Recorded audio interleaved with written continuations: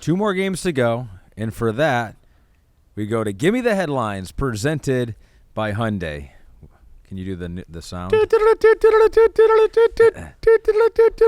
So we got the 2 New York teams. We'll start with the Patriots defeating the Jets. 15-10 was the final score. The headline for this game is standing pat.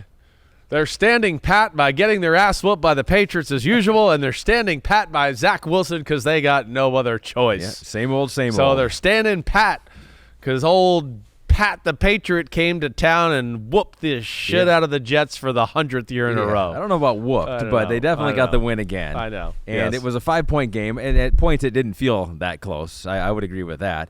What did you make from this? A game where you walk away from and you're just like, I don't know if either team feels great, but the Jets definitely feel worse.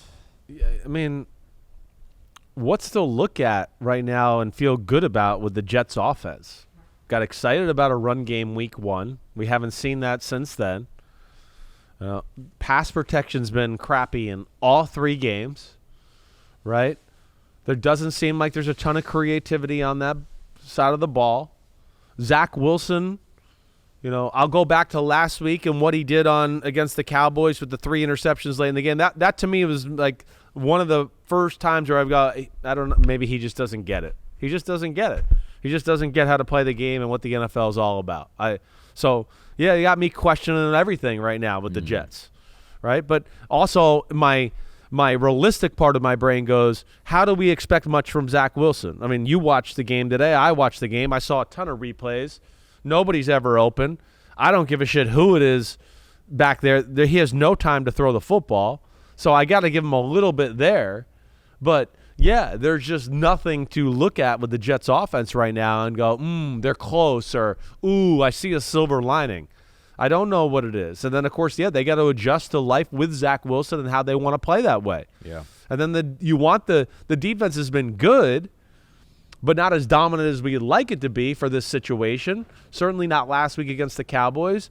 This week it wasn't bad, but make a few mistakes, blow a coverage to where you just let a tight end run down the middle of the field for a wide-open touchdown. Yeah, I mean, those are things that we don't want. The Jets need to keep games 13-10, 16-13. Try to do that and win it in the end.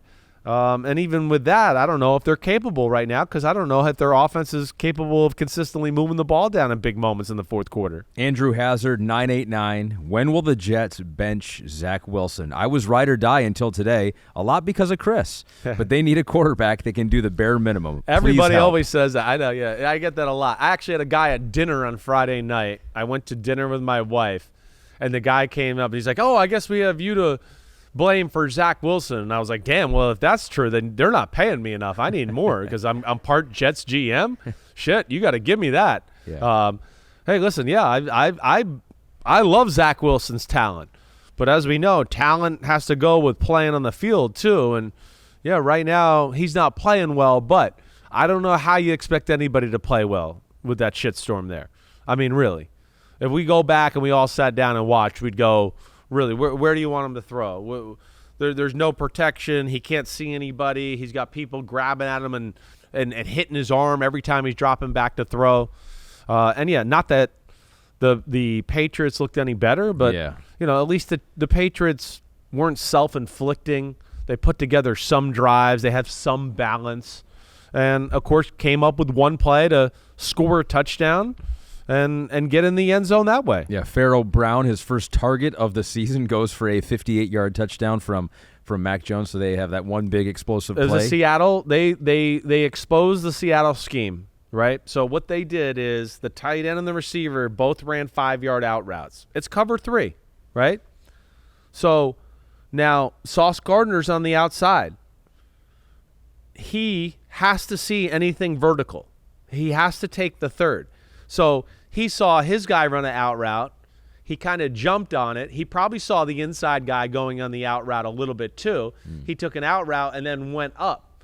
And by that time, it's too late. He had already jumped up on the out route. And what really has to happen is the safety, cover 3, he goes out to that outside out route. And then Sauce Gardner is supposed to go into his deep third and be able to try to steal that ball. And that was a game plan play that they knew what they were going to get in that situation from Sauce and company, and they took advantage of it. And you mentioned the balance, too, because Ezekiel Elliott goes for 80 yards. Yes. That's 16 carries, right. a 5 average, so that's all you need. The Jets' D is really good, as we know. Teams are going to play the Jets right now. They'll go, hey, their offense stinks. Don't take any chances. Let's get the ball out quick. Let's run the ball. Because really the only way we're going to lose to the Jets is if the defense scores touchdowns on us right now. That's really the number one goal. And I think you saw the Cowboys and the Patriots take the same approach of just going, let's not let their defense win the game. And as long as that doesn't happen, we'll win the football game. Yeah. So, yeah, it wasn't pretty or sexy or anything like that, but it was a cold, rainy, windy day here in the Northeast, and it wasn't conducive to offensive play.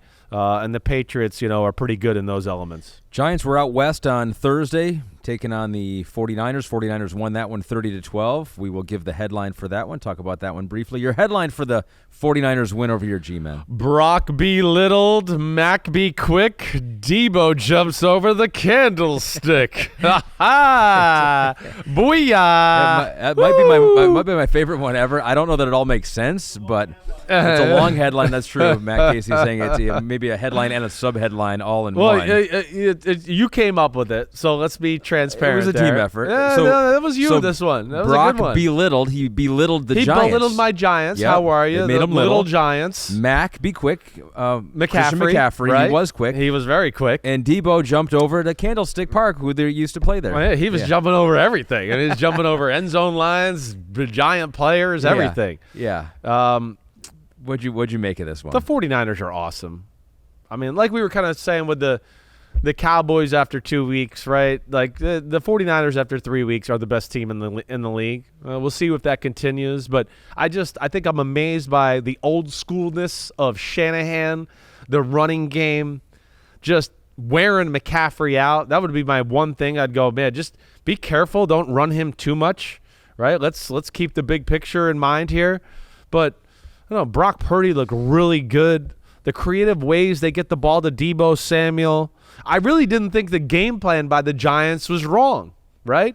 I mean, we were sitting there at 17-12 with 10 minutes left in the third quarter, and you were like, how? Because it just feels like they're getting their ass whooped, and we're in a game right now. Let alone some of the things they were doing on the defensive side of the ball. They had some opportunities. Brock Purdy could have thrown 2 or 3 interceptions in this football game. I think anybody that watched that game could go back and go, oh, yeah, you're right. There was definitely some dicey moments. The Giants didn't make those plays. The Giants, of course, are not as good as them. So those are the things they got to make happen if they want to try to pull off an upset like that. They didn't. And, I mean, the 49ers defense was all over everything the Giants did. They couldn't do shit, right? No Andrew Thomas, no starting guard and Bredesen. That was an issue. No Saquon. Right? Yeah. The 49ers D was all over Daniel Jones and company. And then the other side of the ball, they just got kind of bludgeoned. And the third downs, I mean, the Giants just couldn't get off the field in third downs. They had a lot of 3rd and 9s and 3rd and 10s, and Shanahan would have some cool screenplay or some creative play to get them first downs and extended these drives. And that was really the big story of the game. Yeah. And just nobody on the Giants defense can kind of make a play to flip the momentum a little bit. That was kind of the big issue. But, yeah, the 49ers, they can beat you either way. Run game, pass game, whatever. They're extremely impressive. You're right. It just looks so difficult for the Giants to do anything offensively.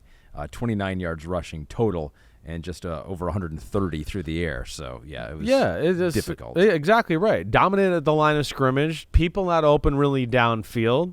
They couldn't get the Daniel Jones run game going at all.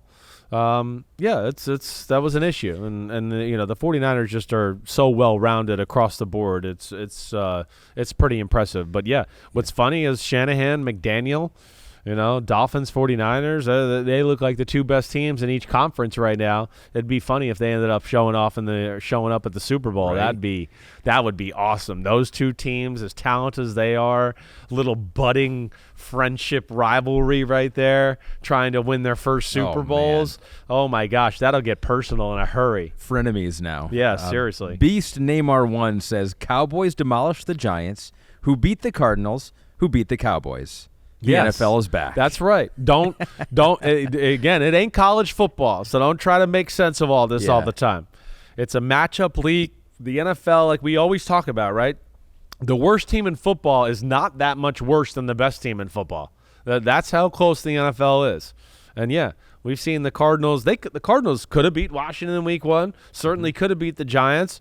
And then the one game we go, well, this one, they're not going to beat anybody this week. They win that one. Yeah. I mean, go figure. It is unbelievable, and that's what's great. It's the coaching, the playmaking, all of that, can even the scales in a hurry. Except the Bears are a lot worse than everyone else. The Bears actually probably are the worst team in football. That's for sure. I think you're correct with that. And that was Give Me the Headlines, presented by Hyundai. Yo, thanks for watching, homies. I appreciate it. As always, the NFL season is right around the corner, so now it's your turn to hit subscribe to Chris Simms Unbuttoned. If you want to get all the training camp battles, preseason film review, playoff predictions, and much, much more, you know where to find it. It's right here, Chris Simms Unbuttoned. Please subscribe. Thanks again for watching. Peace out, homies. See you soon.